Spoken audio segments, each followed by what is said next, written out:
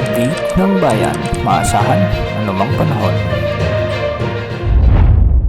Magandang oras po sa ating lahat, narito na ang update sa lagay ng ating panahon ngayon at sa susunod na 24 oras. Sa kasalukuyan ay patuloy na nakakaapekto ang northeast monsoon at shear line sa ating kapuluan. Dahil nga sa easterlies, patuloy namang makakaranas ng maalinsangang panahon at maulap hanggang sa may mga kalat-kalat na pagulan na may kasamang thunderstorms sa may Bicol region, Eastern Visayas at Quezon Province. Pinag-iingat natin ang ating mga kababayan dito, lalo na yung ilang araw nang nakararanas ng mga pagulan dahil posible ang banta ng mga biglang pagbaha at pagguho ng lupa, lalo na kung may mga katamtaman at malalakas na pag-ulan.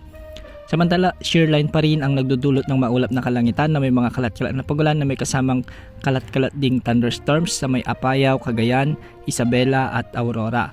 Posible pa rin ang banta ng flash floods at landslides, lalo na kung may mga katamtaman at minsan ay malalakas na pag-ulan. Samantala, malamig na amihan o northeast monsoon naman ang magdudulot ng maulap na kalangitan na may mga kasamang pag-ulan sa may isla ng Batanes, kaya posible rin ang banta ng mga biglang pagbaha at pagguho ng lupa, lalo na kung may mga katamtaman at minsan ay malalakas na pagbuhos ng ulan.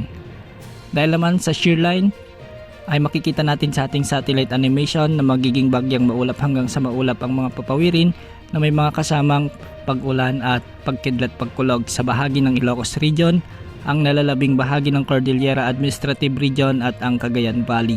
Dahil dito, may banta din ng flash floods at landslides, lalo na kung may mga umiiral na severe thunderstorms. Sa Metro Manila at nalalabing bahagi naman ng ating bansa ay magiging bahagyang maulap hanggang sa maulap ang mga kalangitan na may mga isolated rain showers and thunderstorms. Ito ay dulot naman ng mga localized thunderstorms. Sa kasalukuyan ay wala naman tayong namomonitor na panibagong nagbabandang LPA o bagyo na posibleng pumasok sa ating area of responsibility sa susunod na 3 ng 5 araw. Yan ang update sa lagay ng panahon. Ito po ang weather update ng bayan, maasahan anumang panahon.